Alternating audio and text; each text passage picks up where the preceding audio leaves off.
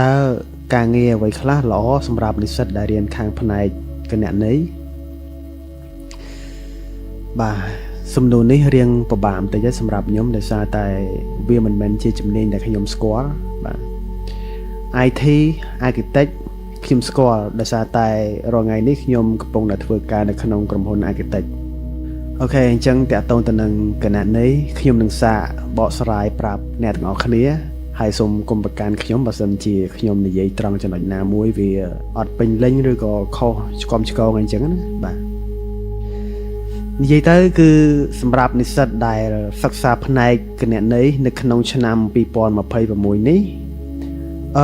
ឱកាសការងារគឺមានច្រើនលើសលប់បាទអាចនិយាយថាច្រើនលើសលប់ដោយសារតែគ្រប់អាជីវកម្មទាំងអស់បាទចាប់ពីហាងទំនិញតូចៗរហូតដល់ធនាគារធំៗសុទ្ធតែត្រូវការអ្នកគ្រប់គ្រងខាងផ្នែកហិរញ្ញវត្ថុហើយនិងពន្ធដារនិយាយចំនោះគឺរឿងលុយហើយនិងរឿងឯកសារពន្ធបាទយើងមានការងារជាច្រើន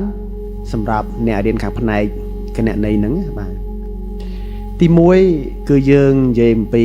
ការងារសម្រាប់និស្សិតដែលកំពុងតែរៀនបាទឬហៅថា internship ឬក៏ entry level បាទនិយាយឲ្យចំទៅបើសិនជាគាត់ស្វែងរកការងារដើម្បីតែអនុវត្តផ្ទាល់នៅក្នុងពេលកំពុងរៀនបាទដូចជានិស្សិតនៅ ChemEd Rule ឬក៏ Bandai ហ្នឹងបាទការងារទី1គឺ accounting intern បាទការងារជានិស្សិតចុះកម្មសិក្សាក្រុមហ៊ុនធំបាទដូចជា PwC Deloitte KPMG ហើយនិង EY The Big Four បាទតែងតែមានកម្មវិធីជ្រើសរើសនិស្សិតឆ្នាំទី4បាទឲ្យចូលធ្វើការងារជាផ្នែក Assurance ឬក៏ Tax ការងារទី2គឺ Accountant Assistant បាទជាជំនួយការខាងផ្នែកគណនេយ្យបាទការងារហ្នឹងគឺជួយនៅក្នុងការបញ្ចូលទិន្នន័យបាទដូចជា data entry ហើយនឹងរៀបចំវិក័យប័ត្របាទក្រុមហ៊ុនដូចជា RMA Group ឬក៏ ABA Bank បាទតែងតែត្រូវការបុគ្គលិកផ្នែកនេះបាទជារៀងរាល់ខែការងារទី3គឺតាក់ទងទៅនឹង Tax Assistant បាទជំនួយការខាងផ្នែកពន្ធដារការងារហ្នឹងគឺជួយរៀបចំបែបបទពន្ធប្រចាំខែសម្រាប់ក្រុមហ៊ុនបាទហើយនេះគឺជាជំនាញដែលទីផ្សារកម្ពុជាបាទកំពុងតែមានតម្រូវការខ្លាំងបំផុតបាទចំណែកឯផ្នែកទី2គឺចង់និយាយអំពីវិស័យការងារដែលមានតម្រូវការខ្ពស់បាទនៅក្នុងរាជធានីភ្នំពេញបាទនៅពេលដែលនិស្សិតបញ្ចប់ការសិក្សាបាទពួកគេអាចជ្រើសរើសផ្លូវទៅតាមវិស័យដែលពួកគេចូលចិត្តរៀងៗខ្លួនបាទប្រភេទការងារទាំងអស់នោះមានដូចជាទី1 external auditor បាទតួនាទីសំខាន់របស់ external auditor គឺចុះពិនិត្យបញ្ជីស្នាមគណនេយ្យរបស់ក្រុមហ៊ុននានាឲ្យមានតម្លាភាពបាទហើយចំណែកប្រាក់ខែសម្រាប់ការងារនឹងវិញគឺ fresh graduate បាទប្រាក់ខែចាប់ពី400រហូតដល់600 plus ការងារទី2គឺ banker ឬក៏ credit officer បាទតួនាទីសំខាន់របស់មុខតំណែងហ្នឹងគឺធ្វើការនៅក្នុងផ្នែកហិរញ្ញវត្ថុឬក៏ផ្ដល់កម្ចីនៅធនាគារបាទឧទាហរណ៍ដូចជាធនាគារ ABA ធនាគារ Ganaya បាទធនាគារស្ថាបនាជាដើមបាទចំណែកឯប្រាក់ខែគោលសម្រាប់និស្សិត fresh graduate គឺចាប់ពី$350រហូតដល់$600ក្នុងមួយខែការងារទី3គឺ